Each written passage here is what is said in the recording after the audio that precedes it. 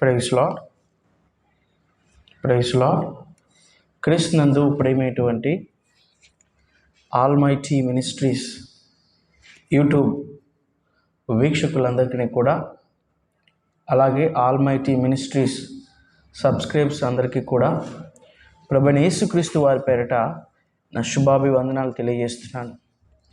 మరి ఈ యొక్క కార్యక్రమం ద్వారా, ఈ లైవ్ ద్వారా కొద్ది మాటలను మనము మరి పరలోకపు తండ్రి అయినటువంటి సర్వమానవాళిని రక్షించటానికి మరి ఎంతో తన ప్రాణాన్ని సైతము వెనతీయక మరి ప్రాణాలు అర్పించినటువంటి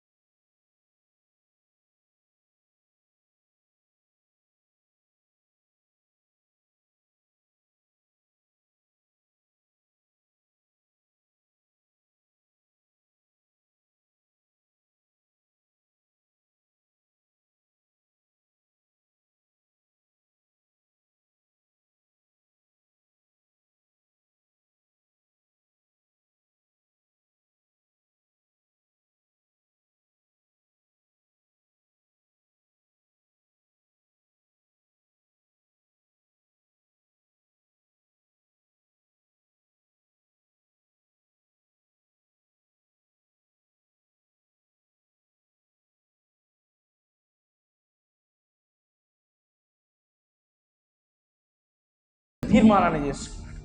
ఆ తీర్మానం ప్రకారం ఆయన కాపరి అయి, మంచి కాపరి అయి, గొప్ప కాపరి అయి, ఇంకా చెప్పాలంటే చూస్తారా 1 పేతురు రాసినటువంటి పత్రిక 2వ అధ్యాయం 25వ వచనం,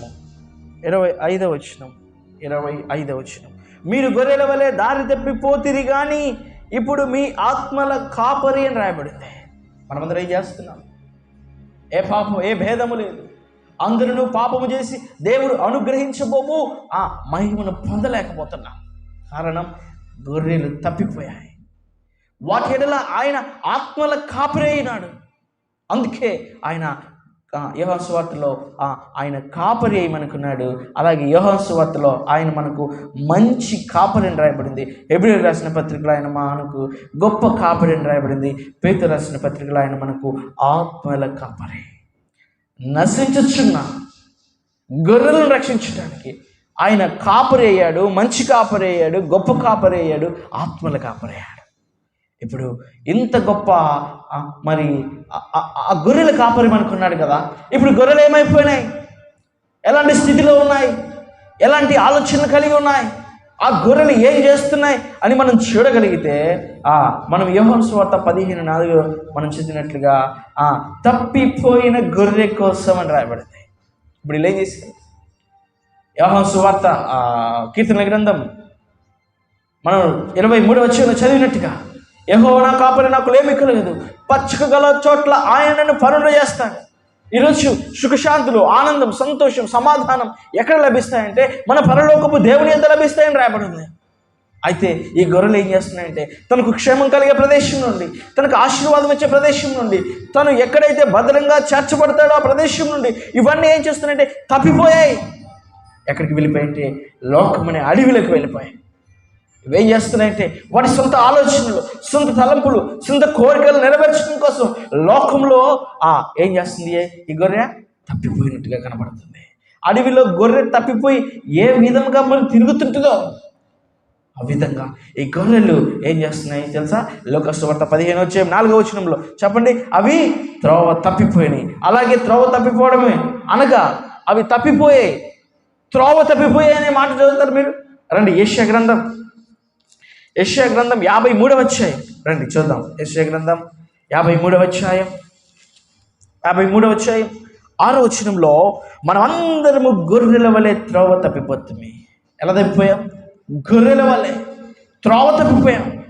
యేసు నేనే మార్గమును, నా ద్వారా తప్ప మరి ఎవడు తండ్రిని చేరలేడంటే మనం ఏం చేస్తున్నాం? అపవాదిని ఆధారం చేసుకున్నాం. లోకంలో ఉన్న ఆశలు, శరీరాశ, జీవపు డంబం, నేత్రాశ, వీటన్నిటికీ ఈ గొర్రె ఏం చేసింది? బానిసైపోయింది. కొలస్సీలకు రాసిన పత్రికలో 2:15 ఉన్నట్టుగా మన రుణపత్రాలు తీర్చబడితే ఈ గొర్రె ఏం చేస్తుంది?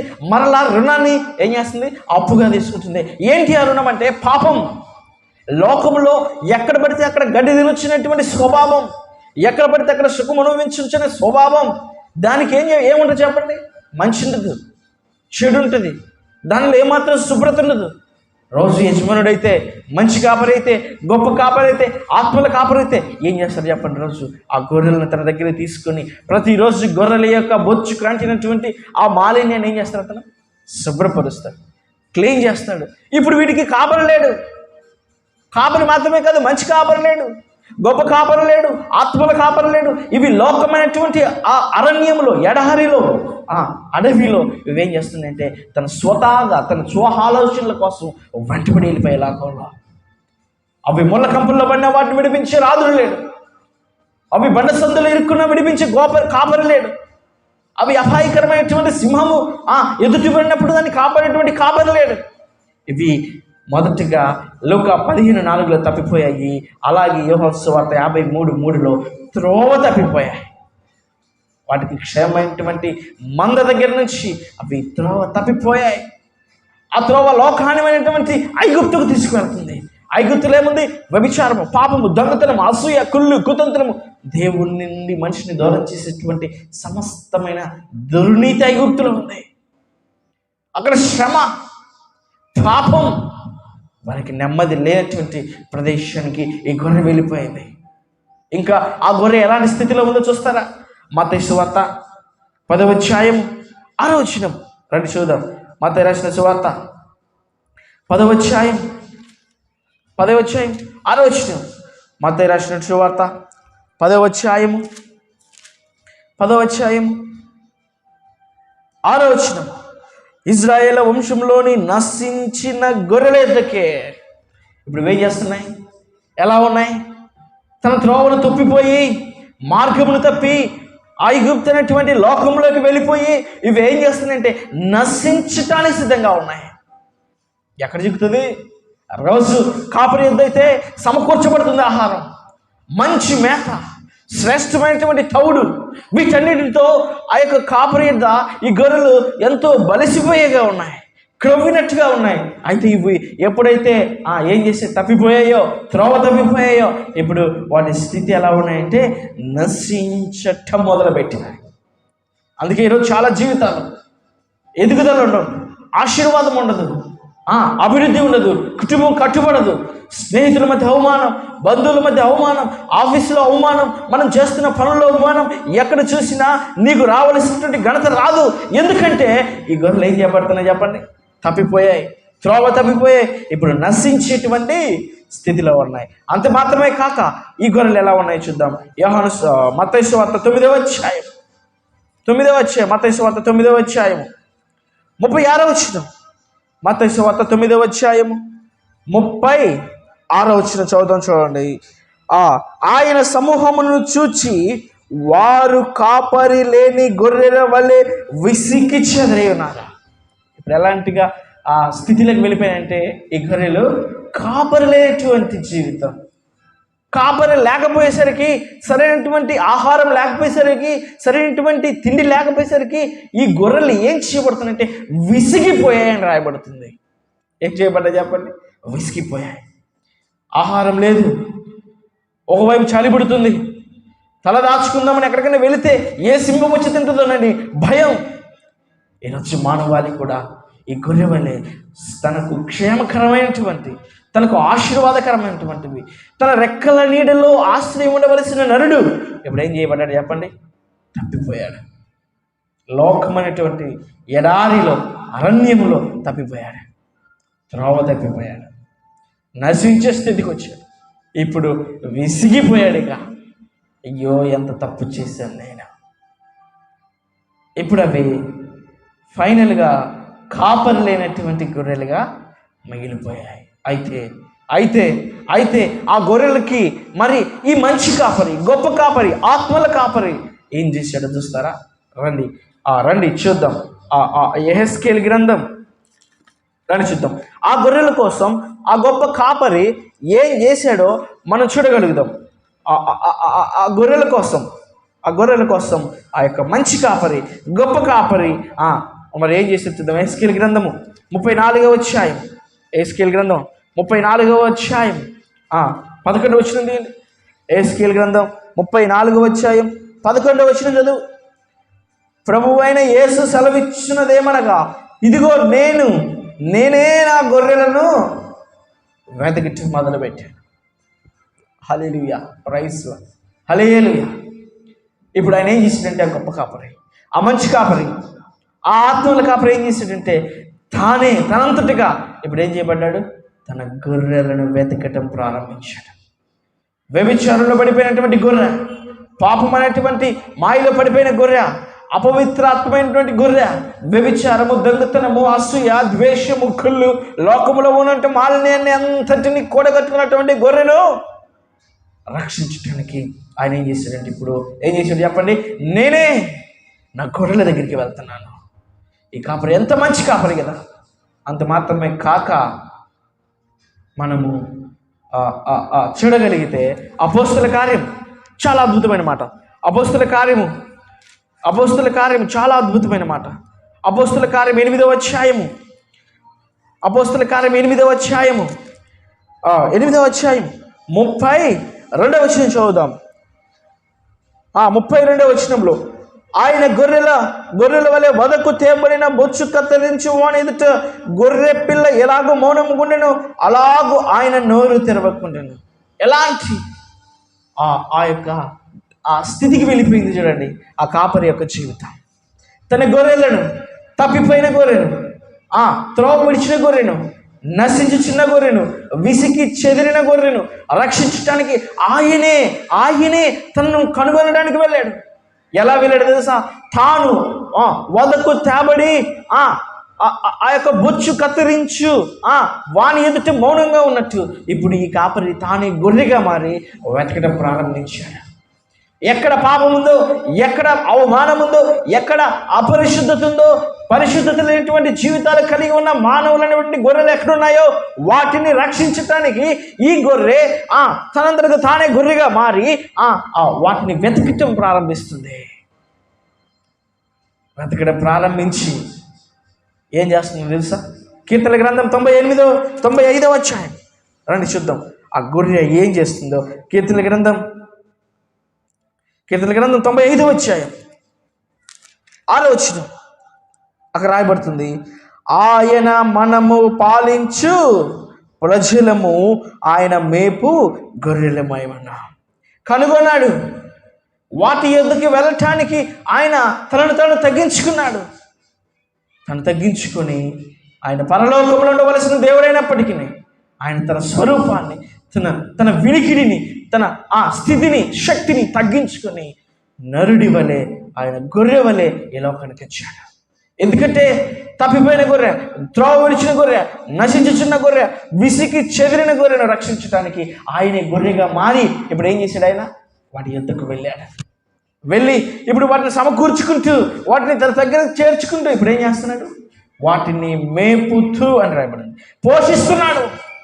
సంవత్సరమును దయాకిరీటమును తన ప్రజలైనటువంటి పిల్లలకు ఇస్తూ, అన్ని ఈవులను అనుగ్రహిస్తూ ప్రతి సంవత్సరం తన గొర్రెలను మేపుతూ వస్తున్నాడు. కనుక ఈరోజు ఆ గొర్రెలన్నీ ఏం చేయబడ్డాయి? 2021 సంవత్సరంలో సజీవంగా ఉన్నాయి. హల్లెలూయా. 2020 సంవత్సరంలో సజీవంగా ఉన్నాయి. హల్లెలూయా. ఇప్పుడు 2022లో కూడా సజీవంగా ఉన్నాయి గొర్రెలు. హల్లెలూయా. క్షేమకరమైనటువంటి ఆపద కాలంలో రక్షించగలిగేటువంటి గొర్రె యొక్క కాపరి ఉన్నాడు. క్షమించండి, క్షేమకరమైనటువంటి కాపరి యొక్క గొర్రె ఉంది. చూడండి ఎలాంటి మరి ఆ స్థితిని కలిగి ఉన్నాడు ఈ కాపరి అంటే. మొదటిగా ఆయన యోహాను సువార్తలో మనకి దావీదు గ్రంథంలో 23వ అధ్యాయంలో, కీర్తన గ్రంథం 23వ అధ్యాయంలో ఆయన మనకు కాపరి అయినాడు, మంచి కాపరి అయినాడు, గొప్ప కాపరి అయినాడు, ఆత్మల కాపరి అయినాడు. అయితే గొర్రెలు మాత్రం త్రోవ తప్పిపోయినాయి, అవి తొలగిపోయినాయి, నశించుచున్నాయి, త్రోవ విడిచిపోయాయి. కనుక విసికి వాటి హృదయంలో సంతోషం లేదు, క్షేమం లేదు. వీటన్నిటి ఎడల ఈ యొక్క పరలోకపు నాథుడు ఏం చేస్తున్నాడంటే తానే తన రూపాన్ని తగ్గించుకొని ఇప్పుడు ఏం చేశాడు? ఆయన గొర్రెల యొద్దకు గొర్రెగా వెళ్ళాడు. వాటిని సమకూరుస్తూ పోషిస్తూ వస్తున్నటువంటి అతను చివరిగా ఏమైపోయాడంటే, ప్రకటన గ్రంథం 5వ అధ్యాయం 12వ వచనం. ప్రకటన గ్రంథం రండి చూద్దాం, రండి. ప్రకటన గ్రంథం 5వ అధ్యాయం 12వ వచనం. వారు వధింపబడిన గొర్రె పిల్ల శక్తియు, ఐశ్వర్యమును, జ్ఞానమును, బలమును, ఘనతను, మహిమయు, స్తోత్రము పొందనునని గొప్ప స్వరముతో చెప్పుచుంటుంది. గొర్రె ఏం చేసింది తెలుసా? వధించబడింది. ఎందుకు వధించబడిందంటే మన అపరాధములను బట్టి. చదువుతారన్నమాట, చూస్తారన్నమాట. రండి యెషయా గ్రంథం 9వ అధ్యాయం, క్షమించండి, యెషయా గ్రంథం 53వ అధ్యాయం 5వ వచనం. మన అతిక్రమములను బట్టి అతడు గాయపరచబడెను, మన దోషములను బట్టి నలుగుగొట్టబడెను, మన సమానార్థమైన శిక్ష అతని మీద పడెను, అతడు పొందిన దెబ్బల చేత ఈ గొర్రెలన్నిటికీ ఏం చేయబడ్డాయి? విడుదల వచ్చింది, క్షేమం వచ్చింది, భద్రత, కాపుదల, మేపటం. ఎలాంటి స్థితిలోకి తప్పిపోయిన గొర్రెలన్నిటిని తెచ్చడండి. ఇప్పుడు దేవుని బిడ్డలారా, ఈ యొక్క సందర్భంలో ఈ యొక్క యూట్యూబ్ ఆల్మైటీ మినిస్ట్రీస్ ద్వారా దేవుడు నీతో నాతో హెచ్చరిస్తున్నాడు. ఈరోజు మంచి కాపరిని వదులుకుంటున్నావు, గొప్ప కాపరిని విడిచిపెట్టావు. ఆయన ఎలాంటి వాడంటే ఆయన చెప్పండి? మంచి కాపరి, గొప్ప కాపరి, ఆత్మల కాపరి. ఇలాంటి శక్తి కలిగినటువంటి దేవుణ్ణి మనం విడిచిపెట్టి తొలగిపోయాం, త్రోవ తొలగిపోయాం, నశించడానికి సిద్ధంగా ఉన్నాం. అయితే మనము ఏం చేయబడ్డాం? విసికి చెదిరిపోయాం. ఇప్పుడు దేవుడు గొర్రెగా మారి మన యొద్దకు మనల్ని వెతుక్కుంటూ, మనల్ని తన సన్నిధిలో, తన సహవాసంలో ఉంచుటకు ఆయన మనల్ని సమకూరుస్తూ మేపుతూ వస్తున్నాడు, ఆనందింపజేస్తూ వస్తున్నాడు. ఇప్పుడు ఆయన చివరిగా మన కొరకు ప్రాణం పెట్టేసి అక్కడ రాయబడుతుంది, ఆ గొర్రెపిల్ల మన కొరకు వధింపబడినది. ఆ గొర్రెపిల్ల రక్తంలో విడుదల, విమోచన శక్తిని అనుగ్రహించాడు మనకి. ఐగుప్తులో బానిసలుగా ఉన్నటువంటి తన ప్రజలను విడిపించడానికి మోషేను పంపినప్పుడు హేరోదు రాజు విడిచిపెట్టలేదు. వారు పొమ్మంటున్నాడు, వద్దంటున్నాడు. క్షమించండి, ఫరో పొమ్మంటున్నాడు, వద్దంటున్నాడు. అయితే మోషేకు దేవుడు చెప్తాడు, నా ప్రజలు విడిపించడానికి నేను నా శక్తిని, నా బాహుబలాన్ని ఉపయోగిస్తాను అన్నటువంటి దేవుడు ఏం చేశాడు తెలుసా? మొదటిగా వారి ఎదులా ఏం చేశాడు చెప్పండి? ఏం చేశాడు? ప్రేమైన దేవుడి పిల్లారా, ఏం చేశాడు చెప్పండి? ఏం చేశాడండి చెప్పండి? చెప్పలేకపోతున్నారా? ఆయన ఏం చేశాడో చెప్పలేని స్థితిలో ఉన్నావా? తన ప్రజలను విడిపించడానికి, తన యొక్క ప్రజలను విడిపించడానికి ఐగుప్తులో అతను ఏం చేశాడంటే 10 తెగులను రప్పించాడు. వారు చూస్తున్నమ్మనే, వారి కళ్ళమ్మటే ఐగుప్తులో ఉన్న సకల విధమైనటువంటి ప్రజల మీద, ఇళ్ళ మీద, పొలముల మీద, ఆస్తుల మీద అన్ని తెగులు వస్తున్నాయి. కానీ దేవుని ప్రజలైన ఇశ్రాయేల్ మీద మాత్రం హల్లెలూయా ఏం చేయబడుతుంది? ఏ తెగులు సమీపించలేదు, ఏ పురుగు రాలేదు, ఏ ఒక్క రాలేదు. ఎందుకంటే వారి గుమ్మముల మీద గొర్రెపిల్ల రక్తం ఉంది. ఈరోజు నీవు గొర్రెపిల్ల రక్తాన్ని కలిగావా? నీ కోసం, నీ యొక్క క్షేమం కోసం, నిన్ను తండ్రి యొద్దకు తీసుకుపోవటానికి, నిన్ను పవిత్రులు చేయడానికి, నిర్దోషిగా చేయడానికి, పవిత్రుడిగా చేయడానికి ఆ గొర్రెపిల్ల ఏం చేసిందంటే తన రక్తముతో నీకు విమోచనను అనుగ్రహించింది, విడుదలను అనుగ్రహించింది. ఈ గొర్రెపిల్ల రక్తము నీ గుమ్మం మీద, నీ హృదయంలో, నీ పిల్లల ఎదుట, మీ కుటుంబం ఎదుట ఉన్నట్లయితే నీవు శుద్ధుడివి. ఏ తెగులను సమీపించింది, ఏ బాధ నీ ఎదుకు రాదు, ఏ కష్టం నీ ఎదుకు రాదు. ఎందుకంటే నువ్వు విమోచింపబడ్డావు తన రక్తము ద్వారా. తన అమూల్యమైన రక్తం అని రాయబడింది. అందుకే ఆయన రక్తం ద్వారా నువ్వేం చేయబడ్డావు? విడుదల, విమోచన కలిగావు. అందుకే ఈ యొక్క సమయంలో మనందరము ప్రభుని ఆరాధించవలసిన వారమైన ఇలాంటి గొప్ప కాపరి, ఇలాంటి గొప్ప పరిస్థితులు మనకి ఈ యొక్క గొప్ప కాపరి మాత్రమే ఇవ్వగలుగుతాడు అన్న సత్యాన్ని నువ్వు తెలుసుకోవాలి. ఈ కాపరి ఎడల ఉన్నటువంటి ఈ మేలును, ఈ ఫలములను మనం అనుభవించకపోతే దేవుడి బిడ్డలారా మనందరము తీర్పులోనికి తేబడతాం. దయచేసి రండి, మనందరము నమస్కారం చేద్దాము. మనల్ని సృజించిన యెహోవా ఎదుట సాగిలపడి నమస్కారం చేయుదుమని దావీదు గారు అంటారు. చూస్తారా మాట? మనం దావీదు గారు దేవుని ఎడల కలిగిన వాంఛ, ఉద్దేశాలు, కోరికలు అవన్నీ మనం చూసినప్పుడు చాలా ఆశ్చర్యం వేస్తాం. ఎందుకు దావీదు మరి రోజుకి 7 మార్లు ప్రార్థన చేసేవాడు, నాట్యం చేసేవాడు, ఆయన ఆరాధించేవాడు. ఏ వచనాలు చూడండి, ఏ వాక్యాలు చూడండి, దావీదు యెహోవాని, యేసుక్రీస్తుని ఆరాధించటమే ఆయన జీవితాంతం, ఆయన జీవితం మొత్తం దేవుని ఆరాధించటమే. ఆయన ఆరాధించకుండా, ఆయన సేవించకుండా ఆయన ఒక మాటలు అంటాడు, ఆ దుప్పి నీటి వాగుల కొరకు ఆశగా ఉన్నట్టు నా ప్రాణం తపనగుందంటారు. ఎందుకంటే ఆయన చేసిన మేలులు, ఆయన చేసినటువంటి ఆశ్చర్య క్రియలను మనం నెమరు వేసుకోకపోతే మనము మనుషులము కాము. అసలు ఎలాంటి మాటలు అంటే ఆయన గురించినటువంటి మాట అనగానే ఆ యొక్క దావీదుకి ఏమనిపిస్తుంది? హృదయాంతరం. అందుకే ఆయన అంటాడు, నా హృదయము నుండి పొర్లుచున్నది. హృదయంలో ఎక్కడా కూడా ఖాళీ లేదు. ప్రతిదీ దేవుడు దేవుడు దేవుడు దేవుడు అనేటువంటి నినాదం, స్తోత్రగీతం దావీదు తన హృదయంలో చారవేసుకున్నాడు. అందుకే ఎక్కడ చూసినా, ఎక్కడ ఏ వచనం చూసినా యెహోవా నీ సన్నిధి వచ్చి ఉన్నాను, యెహోవా యెహోవా యెహోవా నా కాపరి నా కాపరి. ఆయన్ని ఏం చేస్తున్నాడంటే తనలో మమేకం చేసుకున్నాడు. ఈ యొక్క సమయంలో వీక్షిస్తున్న నీవు, ఈ వాక్యం ఇచ్చిన ప్రియ సహోదరుడా, నీవు కూడా మన ప్రభువుని ఏం చేయాలి?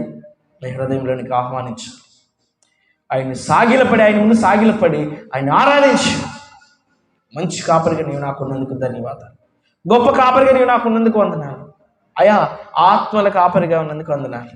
నేను తప్పిపోయాను, తొలగిపోయాను, నశించుచున్నాను, విసికి చెదిరిపోయాను, కాపరి లేని గొర్రెగా ఉన్నాను. నీవు నన్ను వెదకి రక్షించావు, నన్ను వెతుక్కుంటూ వచ్చావు. నాలో ఉన్నటువంటి దోషాన్ని తీసివేయటానికి నీ గొర్రెపిల్ల రక్తం ద్వారా నన్ను శుద్ధి చేసావు. నేను ఎవరికి రుణస్తుని కాకుండా ఉండటానికి నీవు నాకు సహాయం చేసావు. ఇన్ని మేలులు చేసిన నీకు నేనేమి ఇవ్వగలను?